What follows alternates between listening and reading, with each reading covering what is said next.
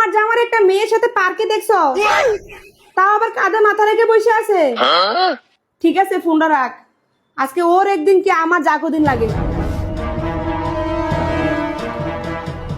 এই শোনো, গতকালকে একটু দাঁড়াও, তোমার সাথে একটু পরে কথা বলতেছি আমি। হ্যাঁ বন্ধু, তুই যে তোর হবু বউরে চেক করার জন্য আমার বলছিলি, আমি ওরে চেক করার জন্য গতকালকে পার্কে ওরে নিয়ে বসছিলাম প্রায় 1.5 ঘন্টার মতো। ও কি করছে জানোস? আমার হাত ধরে বসেছিল অনেকক্ষণ। হাত ধরার পরে কিছুক্ষণ পরে দেখতেছি আস্তে আস্তে আমার কাঁধের উপরে মাথা রাখছে। আরো কি বলে আমার জানোস, চলো না আমরা কক্সবাজার থেকে ঘুরে আসি।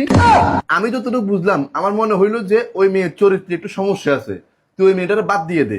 ওই মেয়েটারে বিয়ে করলে তোর লাইফ পুরো বরবাদ হয়ে যাবো। তুই বিয়ে করবি ভালো কথা, তুই আমারে বলতি, আমি তোরে আমার বউয়ের মতো একটা বউ খুঁজে দিতাম। মাশাল্লাহ দিলে আমার বউ আমার যে পরিমাণ ভালোবাসে, যে পরিমাণ বিশ্বাস করে, ওইরকম একটা মেয়ে খুঁজে তোরে আমি বিয়ে করাইতাম। কি চরিত্র খারাপ, ওইরকম একটা মেয়ে খুঁজে বিয়ে করতেছিস তুই।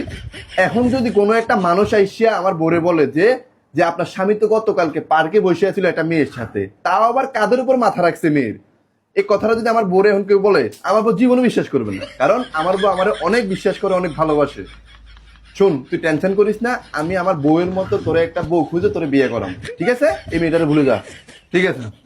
আচ্ছা তুমি কি জানি বলতেছিলা? না না, ওই যে তোমাকে গতকালকে চা বানিয়ে দিলাম না, চাটা মজা হয় না, আজকে একটা রঙিন চা বানাই দেই। হ্যাঁ হ্যাঁ হ্যাঁ, অনেক সুন্দর করে বানাতে, যাও যাও যাও। আচ্ছা ঠিক আছে। बच गया साला।